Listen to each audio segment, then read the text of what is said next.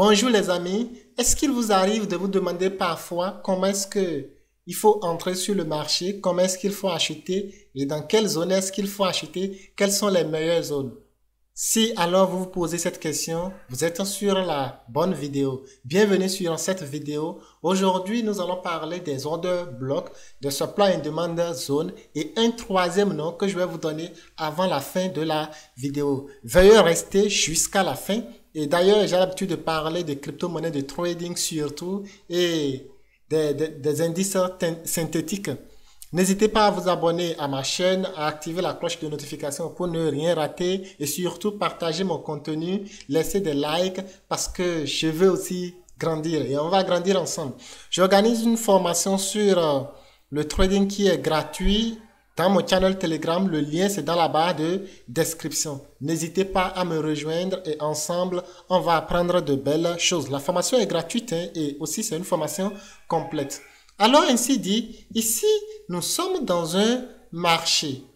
Nous sommes dans un marché haussier. Ok? Nous sommes sur un marché haussier. On va me dire oui, qu'il y a eu des bas et autres. Oui, c'est comme ça, le marché est fractal, n'oubliez pas. Et donc, le marché va vous présenter assez de choses. Donc, qu'est-ce que nous avons remarqué? Nous avons vu en réalité que ici, nous avons un BOS. Le marché a cassé là, ce qui prouve en réalité que ce bas-là, c'est un bas fort, n'est-ce pas? Donc, ce low est un low fort et ce high est un high faible. Ensuite, qu'est-ce qui s'est passé? Nous avons remarqué que le marché est revenu et c'est reparti et ça a cassé encore une nouvelle droite. Et donc, ici, nous avons notre daily et notre swing low et nous avons un BOS qui s'est produit là et nous avons d'autres BOS et ainsi de suite, n'est-ce pas? Et donc, nous allons essayer d'étudier ce marché et savoir en réalité qu'est-ce qui se passe sur ce marché. Pourquoi est-ce que le marché revient souvent?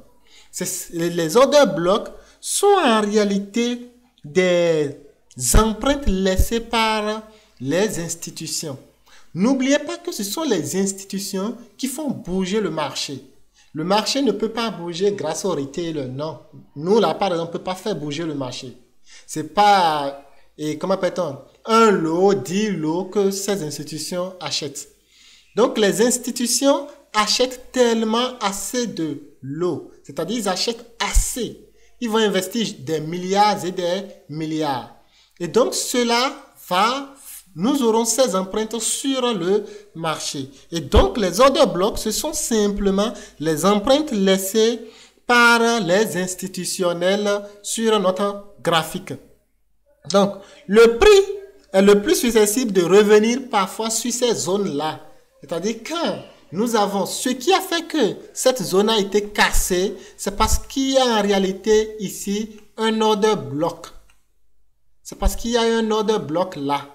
Et c'est grâce à cet order block que nous avons eu la cassure de ce niveau. Parce qu'il faut vraiment une impulsion de la liquidité, de l'argent, de l'essence, si je peux dire ainsi, pour pouvoir casser ce niveau. Et la cassure de ce niveau, en réalité, est déjà le reflet d'un marché puissant. Ça nous montre déjà que le marché est puissant. Et donc, ce qui veut dire qu'il y a eu intervention des institutions. Maintenant, nous allons essayer de détecter où est-ce que les institutions ont placé leurs ordres. Et donc, les ordres des institutions, c'est ça en réalité les order blocks, les blocs d'ordre ou les supply and demand zones. Nous allons voir tout de suite c'est où en réalité ce qu'on appelle les supply and demand zones. Sans plus tarder, nous allons passer aux choses sérieuses. N'oubliez pas de vous abonner, de laisser des commentaires si vous ne comprenez pas. Je suis là pour... En tout cas, je suis là et je réponds à tous les commentaires. Ici, lorsque nous avons eu cassure, nous avons eu la création d'un order block. C'est cet order block là qui a propulsé les coûts et les coûts sont venus casser ce euro là, créant un BOS. Mais remarquons que le retour ici n'est pas venu en réalité à ce niveau-là. Ça n'a pas pu venir chercher l'order block. Ce qui veut dire que ce niveau ici-là a créé de la liquidité. Ça a juste augmenté de la liquidité sur le marché. Donc, le simple fait que ça ne vienne pas ici, c'est-à-dire ça n'arrive pas à venir sur cette zone, nous indique simplement que la zone-là a été une zone forte. C'est réellement une zone forte. Et là, il faut être sûr et certain que les coûts vont revenir là tôt ou tard. Ça va revenir là tôt ou tard. Et donc, nous avons un order block qui est au niveau de cette zone. L'order block que nous avons au niveau de cette zone, il faut que cet order block soit touché. C'est-à-dire les coûts doivent forcément venir là afin de toucher la zone. Et quand les coûts viennent toucher la zone, c'est ça que nous appelons la mitigation. Donc, essayez de comprendre plus en profondeur ce que c'est que les order blocks. Parce que si nous ne comprenons pas, il nous sera difficile de comprendre le concept.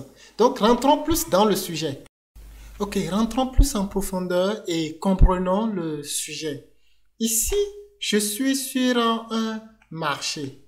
Je suis ici sur un marché qui a fait un haut. Ensuite, il a fait un bas. Et enfin, il est venu casser en réalité notre haut et notre niveau, notre creux qui était ici. La cassure de ce creux nous prouve simplement que nous avons quoi? Nous avons ce niveau-là qui est fort. Maintenant, qu'est-ce qui a provoqué cette grande cassure-là?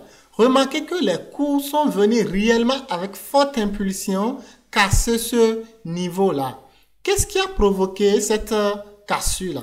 C'est parce qu'il y a une forte impulsion. Cette forte impulsion est expliquée du simple fait que les cours sont en réalité évoluent souvent dans un système d'équilibre. Nous avons de l'équilibre. Donc, nous avons un acheteur qui veut acheter 50 lots. Il faut forcément un vendeur et quelqu'un, ok, qui a une position vendeuse, qui veut vendre 50 lots. Et là, lui, il vient faire quoi? Il vient acheter ces 50 lots pour que ça marche. Maintenant, voilà que eux autres, ils achètent des tonnes, des milliers, des milliards de lots. C'est-à-dire les institutions. Et donc, dans ce cas-ci, qu'est-ce qui va se passer? Ils vont, avant de placer leur lot d'achat ici, il leur faut faire quoi? Placer de petits lots vers ces niveaux-là. Donc, ici, ils ont placé un petit niveau, un petit lot. Ensuite, ils ont placé un petit lot. Ensuite, un petit lot. Et tout dernièrement, ils ont fait quoi? Ils ont placé le plus gros lot qu'ils veulent vendre ici afin de ramasser de la liquidité. Tout ce qui est ici, là, ils ont placé ici pour tromper les gens, en fait. Donc, les gens ont été trompés au niveau là. Ils pensaient que tout va à la vente. Et qu'est-ce qu'ils ont fait? Ils sont venus placer le plus gros lot qui a déstabilisé le marché et a provoqué quoi? Un gros mouvement. Et donc, les cours doivent faire quoi? Pour corriger cela, il faut que les cours reviennent, retracent. Donc, ça va faire ça et revenir dans cette zone, c'est-à-dire la zone où il y a le plus petit lot institutionnel ici, afin de continuer maintenant son mouvement. Parce que les institutions ne vont jamais accepter perdre. Ils vont tout juste chercher à gagner. Donc, c'est le placement de gros lots de très grande quantité quelque part qui vont pousser les marchés vers la hausse ou vers la baisse. Ce que j'ai pris ici, c'est simplement le cas de la hausse. Excusez-moi, on pouvait prendre le simple cas de la baisse. Donc, cette zone, tout ce mouvement-là, cette zone que les cours sont venus corriger est appelée quoi? Est appelée la zone. Cette zone est appelée la zone de demande. Donc, la zone de demande, c'est la simple zone ou en tout cas les coûts, les gens viendront acheter. Là, on serait acheteur. Vous voyez que tout ce que j'ai placé ici, ce sont des lots acheteurs. Donc, on viendra acheter et là, le marché continue son mouvement. Qu'est-ce qu'on va faire, nous, en tant que particulier? Nous viendrons simplement placer notre achat ici. On vient placer notre achat ici et on attend que le marché corrige. Et quand il va corriger, arriver à ce niveau, il déclenche notre achat et continue son mouvement. Du moment où ce bas là, le plus bas précédent n'est pas cassé, ça veut dire que notre hausse n'est pas terminée. N'oubliez pas, allez voir les vidéos sur la structure du marché. C'est bien détaillé là-bas. C'est-à-dire la structure du marché, on a bien détaillé ça. Du moment où on ne casse pas, ça veut dire que notre structure n'est pas, notre marché n'a pas encore commencé la baisse. Mais ceci, c'est une phase de correction. Et cette phase de correction-là est venue simplement pour fermer les ordres institutionnels qui étaient là et qui étaient perdants. Ces ordres-là sont perdants. Donc, il faut forcément que le marché revienne fermer tous ces ordres afin de continuer la hausse. Je ne sais pas si je me suis un peu fait clair. Dans le cas contraire, n'hésitez pas à me le dire dans les commentaires. Je serai ravi de vous répondre. Revenons maintenant à notre schéma, au schéma précédent. Ici, nous avons la cassure. Et donc, les coûts ont créé ici une demande zone. La demande zone, c'est en réalité la zone basse, là où on achète. Et la supply zone, c'est la zone où on vend. OK? Au niveau de la supply zone, on vend. Et au niveau de la demande zone, on achète. OK? Et donc, qu'est-ce qui va se passer? Le marché a cassé et ici, il y a des ordres en attente. Donc, les ordres en attente institutionnels, bien sûr. OK? Les ordres institutionnels en attente. Les coûts sont revenus, mais le retour des coûts là, le retour des coûts ici n'a pas pu atteindre ce niveau-là. C'est ça qu'on appelle, en réalité, le marché est venu compléter de la liquidité. Ce qui prouve en réalité que le marché va certainement revenir dans cette zone. Mais attention, le simple fait que nous avons une zone ne veut pas dire que le marché va revenir tout de suite dans cette zone. Le marché peut prendre du temps. Ça peut prendre du temps avant de revenir dans la zone. Et donc, le marché a cassé. Et là, nous avons un bas puissant. Le marché a cassé et a fait un nouveau plus haut. Et là, nous avions eu quoi? Un nouveau order block. Un nouvel order block, excusez-moi. Et donc, ici, qu'est-ce que le marché a fait? Le marché est venu dans la zone et a mitigé cette zone. La mitigation est le simple fait que le marché revienne dans la zone précédente, c'est-à-dire dans la zone des order blocs. J'espère que vous comprenez. La mitigation, c'est simplement le simple fait que le marché revienne dans les ordres blocs. C'est-à-dire ça vient fermer tous les ordres en attente. Donc, les coûts sont revenus là, fermer tous les ordres qui étaient en attente. Et nous avons quoi? Une forte volatilité ayant créé ici un coach. Vous voyez, nous avons là un coach. On avait eu un coach là, on a eu encore un nouveau coach. Mais est-ce que lui, il a pu casser le haut là? Non. Il n'a pas pu casser le haut là. Et donc, notre structure interne, désormais, devient baissière. C'est pourquoi j'ai mis ça en jaune. La structure interne devient baissière. Pourquoi? Parce que nous sommes venus mitiguer cette, mais nous n'avons pas pu casser le haut. On est venu faire un nouveau bas. Et qu'est-ce que nous avons là? Épaule, tête, épaule, n'est-ce pas? On a la tête ici, l'épaule là, l'épaule gauche et l'épaule droite. Et le marché a continué. Il n'a pas pu également casser ce haut là et à faire une chute. Et la chute a cassé là. Donc la structure interne est baissière. Et du moment où la structure interne est baissière, on peut se dire simplement que notre zone qui est ici, attention, lorsqu'une zone est déjà mitigate, elle n'est plus une zone intéressante. Donc il faut chercher désormais une autre zone. Et donc les cours sont venus ici, vu que cette zone étant une zone puissante, les cours sont venus et ils ont fait quoi? Ils ont mitigate cette zone. La zone a été mitigate là. Et nous avons fait on a fait un nouveau pic, un nouveau creux, un nouveau pic qui est venu également mitigate la zone là, c'est-à-dire la supply zone qui est ici. La supply zone, c'est en réalité la zone rose, là, en haut, ok? Là, il faut vendre.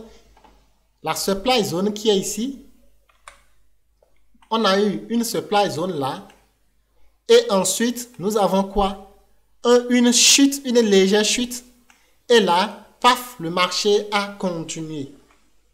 Maintenant, vous allez me demander, oui, ces supply zones-là, comment est-ce que ça se crée? Les supply zones sont semblables aux demandes zones, mais dans ce cas-ci, il s'agit en réalité de la partie haute.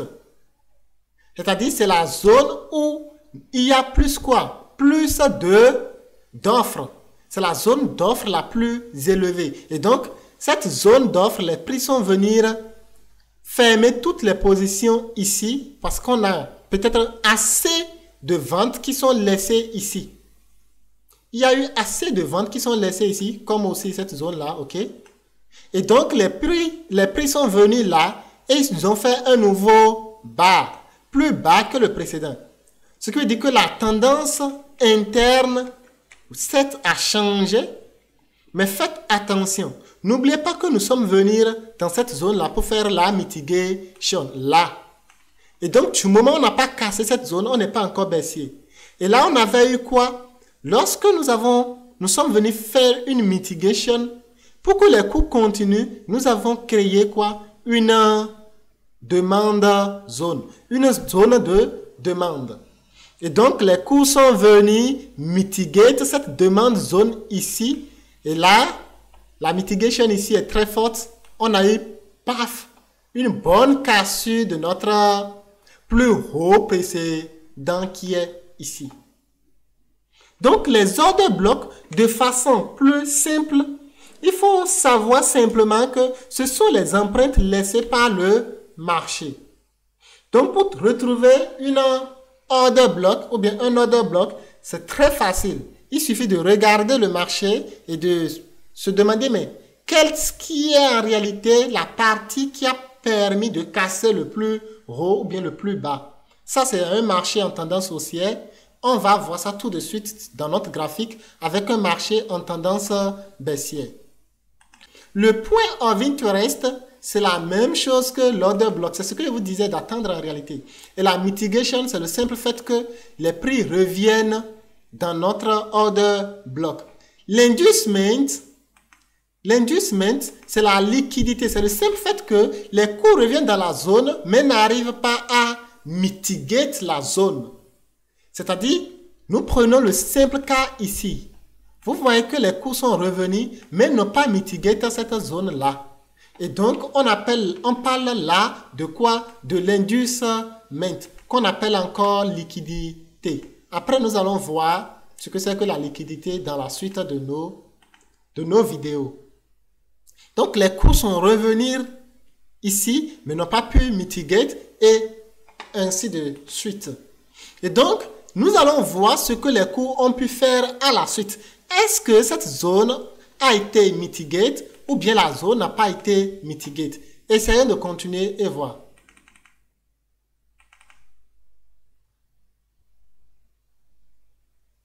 Oh là là. Et voilà, nous sommes là. On va voir si les coûts sont venus mitiguer la zone. On regarde.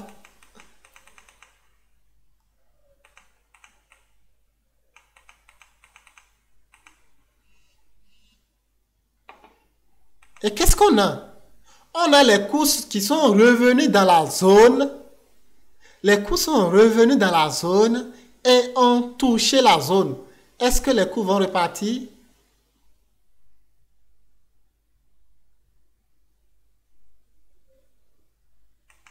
Maintenant, arrêtons-nous un peu. On remarque que les coûts sont venus dans la zone et ont même dépassé la zone.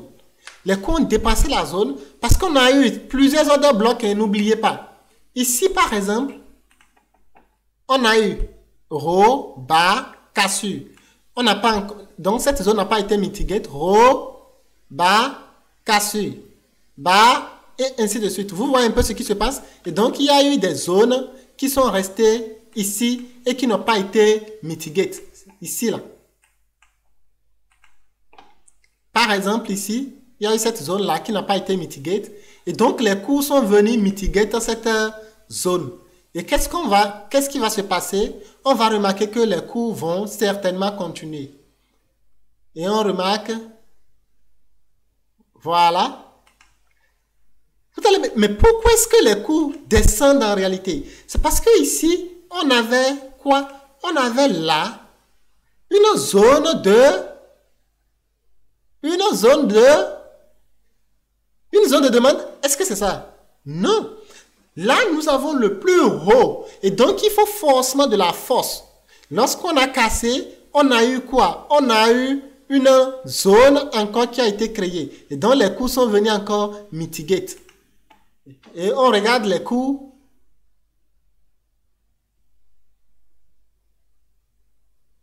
Remarquez que après la mitigation de notre zone ici, les coûts ont continué leur progression haussière.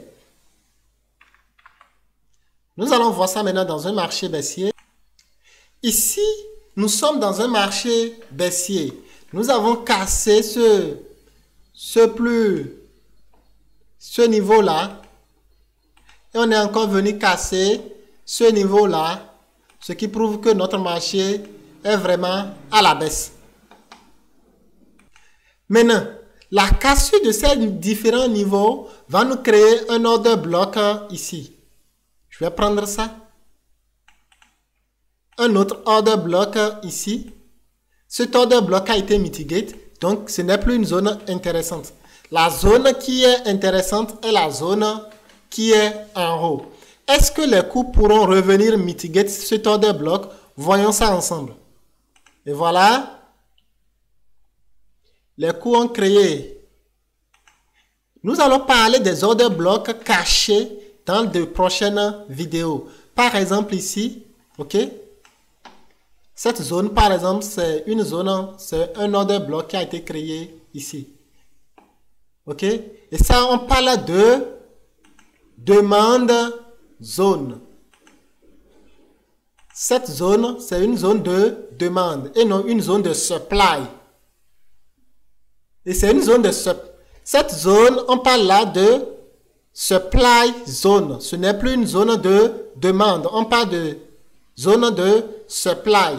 Et donc, les coûts sont venus mitiguer cette zone. Mais la mitigation que les coûts ont fait ici est en réalité quoi? Est en réalité, je parle d'ici bien sûr, est en réalité de la liquidité, si je peux appeler ça comme ça, de la liquidité pour notre marché. Donc cette mitigation-là est une liquidité pour le marché. On parle là de l'inducement pour cette partie-là. Pour cette partie. Donc ceci, c'est de l'inducement pour ceci. Mais c'est de la mitigation pour cette zone-là. Donc on va continuer et voici les coûts pourront revenir dans la zone.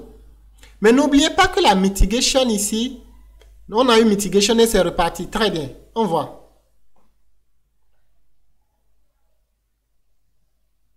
On voit que les coûts n'arrivent pas à casser d'abord ce niveau. On a un changement de tendance dans la structure suivante.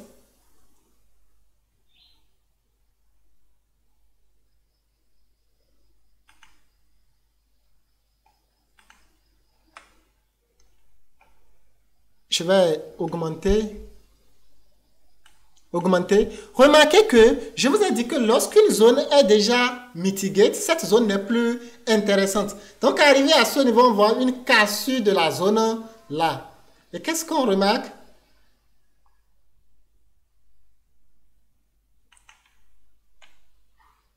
On remarque carrément que les cours sont venus à quelques pips près dans notre zone et sont repartis à la baisse.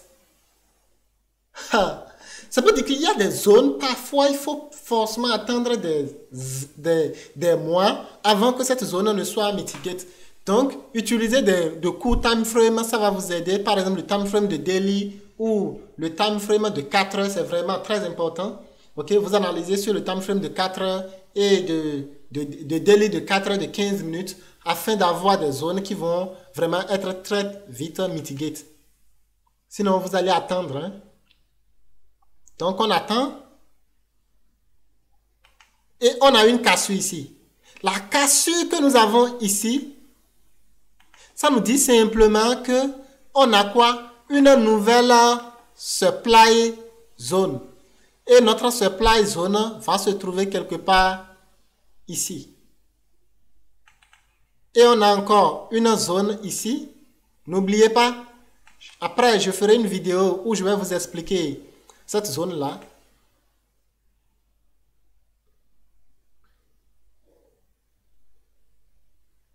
Cette zone a été mitigate.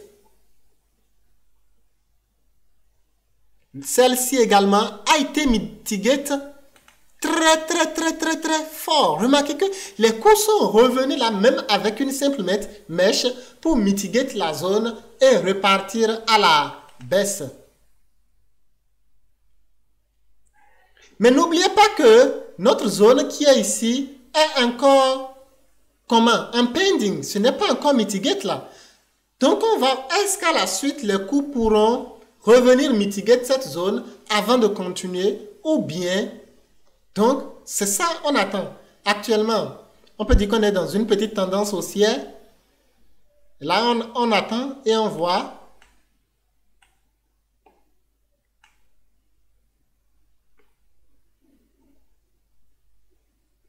tendance baissière.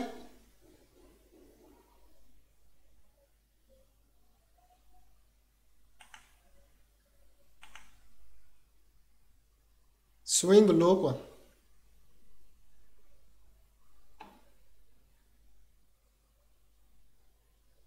On a changé de tendance interne.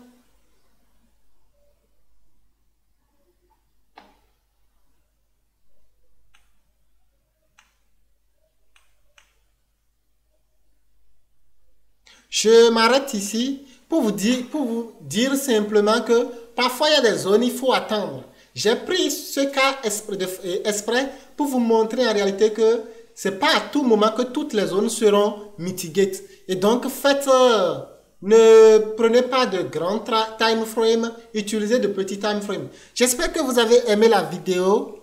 Si vous l'avez aimé, n'oubliez pas de laisser un like, un commentaire. Rejoignez-moi sur mes différents réseaux sociaux, sur Telegram et sur mon Instagram. Je laisse les liens dans la description de cette vidéo. Je vous aime. On se retrouve à la semaine prochaine pour un nouveau contenu.